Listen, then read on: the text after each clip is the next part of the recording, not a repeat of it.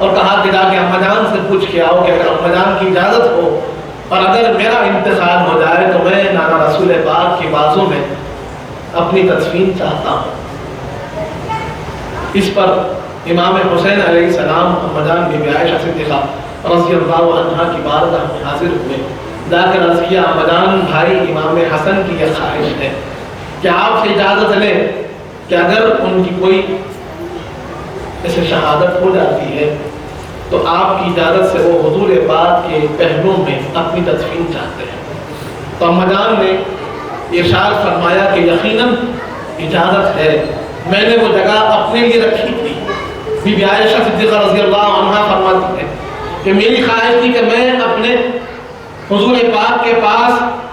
تدفین پاؤں، میری خبر بھی وہیں ہو، لیکن جب حضرت عمر فاروق کی وہاں پر تدفین ہو گئی تو پھر میں نے یہ خیال کر لیا کہ میری خبر بھی وہیں بقیع میں اپنی بہنوں کے ساتھ، تمام امہات المومنین کے ساتھ کر لی جائے، اور وہ جگہ تو میں نے چھوڑ دیا، اب حسن سے بہتر اور کوئی نہیں اس جگہ کے لیے، میری اجازت ہے ان کو کہ بالکل وہاں پر ان کی تدفین ہو سکتی ہے، ان کے لیے کوئی رکاوٹ نہیں ہے۔ اما جان کی اجازت مل گئی۔ اب یہاں پر جب امام حسن علیہ السلام کی شہادت عمل میں آئی اور اما جان کی اجازت کے ساتھ بنو ہاشم کے جو لوگ تھے انہوں نے خواہش ظاہر کی کہ وہ جنازے کو حضور پاک کی بارگاہ میں لے جا کر رکھیں گے، وہاں پر نماز پڑھائیں گے، اور وہاں پر پھر امام حسن کی تدفین ہوگی۔ تو مروان بن حکم جو وہاں کا گورنر تھا اس نے کہا کہ نہیں، یہ نہیں ہو سکتا، حضور پاک کے پہلو میں حضور پاک کے شہزادے کی تدفین سے روک دیا گیا، حضور پاک کے لخت جگر کو روک دیا گیا۔ جب بنو ہاشم کے نوجوانوں نے کوشش کی، اصرار کیا، تو انہوں نے امام حسن علیہ السلام کے جنازے پر تیر چلائے، پتھر مارے اور بتا دیا کہ یہ ممکن نہیں، امام حسن کو حضور پاک کی قبر انور کے پاس تدفین ہونے نہیں دیا، کہا کہ لے جا کر بقیع میں تدفین۔ یہ ظلم ہوا، یہ زیادتی ہوئی امام حسن کے ساتھ۔ وہ ذات گرامی کے جن کو دیکھ کر حضور پاک کا چہرہ انور یاد آتا تھا، وہ ذات گرامی کے جن کو جو ہم شبیہ رسول تھے، جن کے اخلاق حضور پاک کا پیکر تھے، جنہوں نے ہر ایک کے ساتھ اچھا سلوک کیا، جنہوں نے ہمیشہ امت کے بارے میں سوچا، اور امت نے ان کے جنازے پر تیر چلائے، جنازے پر پتھر برسائے گئے، اور یہ تکلیف، یہ زحمت ان کو دی تھی۔ برادران عزیز، ہمیں یہ تاریخ کو یاد رکھنا ہوگا۔ امام حسن علیہ السلام کے ساتھ کتنا مظلومانہ انداز اپنایا گیا، کتنی زحمت، کتنی تکلیفات کو دی گئی ہے، لیکن وہ تھے کہ اللہ کی رضا پر راضی رہنے والے ہمیشہ سے۔ وہ ذات امام حسن کی ذات ہے۔ 5 ربیع الاول یہ آپ کی شہادت کا دن ہے، اس میں بھی کچھ اختلاف ہے، لیکن اکثر لوگوں نے 5 ربیع الاول کو شہادت امام حسن پر کے لیے یاد کیا ہے اور ذکر کیا ہے۔ ہمارا کام ہے کہ ہم اپنے آپ کو، اپنے بچوں کو، اپنی اولاد کو حضور پاک سے، حضور پاک کے گھرانے سے مضبوط کریں، اس کردار کو اپنائیں، ان کے اخلاق کو اپنائیں، ان کے اعمال کو اپنائیں، ان کی محبت کو اپنے دلوں میں، اپنے بچوں کے دلوں میں جاگزی کریں، کیونکہ حدیث پاک کا مفہوم ہے، حضور پاک نے ارشاد فرمایا ادبوا اولادکم علی 3 خصال، کہ تم اپنے بچوں کی تربیت 3 خصلتوں پہ کرو، حب نبیکم وحب اہل بیتہ وتعلیم القرآن، او کما قال رسول اللہ صلی اللہ علیہ وآلہ وسلم۔ سب سے پہلے ان کو اپنے نبی پاک کی محبت سکھاؤ، اس کے بعد ان کو نبی پاک کی اہل بیت اطہار کی محبت سکھاؤ، اور اس کے بعد فرمایا ان کو قرآن پڑھاؤ۔ اس پر جب یہ 3 خصلتیں، یہ 3 چیزیں ان کے دل میں آ جائیں گی، پھر وہ بچہ کبھی گمراہ نہیں ہوگا، کبھی بھٹکے گا نہیں۔ اگر ہم اپنے بچوں کا اچھا مستقبل چاہتے ہیں، اچھے فیوچر چاہتے ہیں، تو ان کے اندر یہ 3 چیزیں ضرور نظر اتاریں۔ ان کو نبی پاک کی محبت سکھائیں، ان کو اہل بیت اطہار کی محبت سکھائیں، اور ان کو قرآن کی تعلیم دیں۔ ساری تعلیم ایک طرف، قرآن کی تعلیم سب سے پہلے، اور محبت سکھائیں تو ساری محبتیں ایک طرف، سب سے پہلے حضور پاک کی محبت سکھائیں، اس کے بعد اہل بیت اطہار کی محبت سکھائیں۔ یہ حدیث پاک کا حکم ہے۔ برادران عزیز، ہمیں اس راستے پر چلنا ہوگا،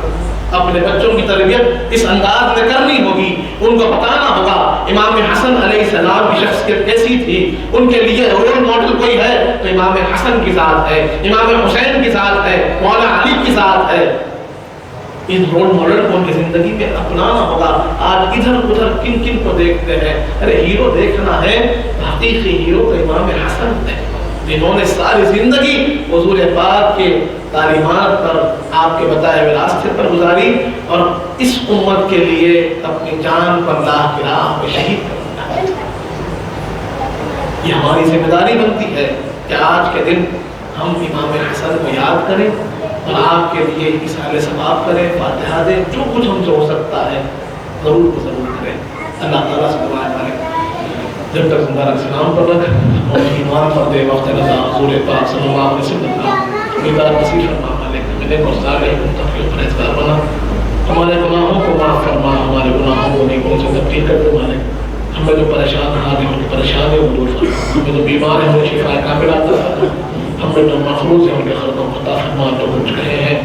جو کچھ سنے ہیں، اس پر عمل کرنے کی توفیق عطا فرما. حضور پاک صلی اللہ علیہ وآلہ وسلم کا سچا غلام و امتی بنا دے. اہل بیت اطہار کا غلام بنا، صحابہ کرام کا چاہنے والا بنا، اولیاء اللہ کا چاہنے والا بنا. ان کے بتائے ہوئے راستے پر چلنے کی توفیق عطا فرما. وصلی اللہ تعالی علی خیر خلقہ سیدنا محمد وعلی آلہ وصحبہ وسلم. الحمد للہ.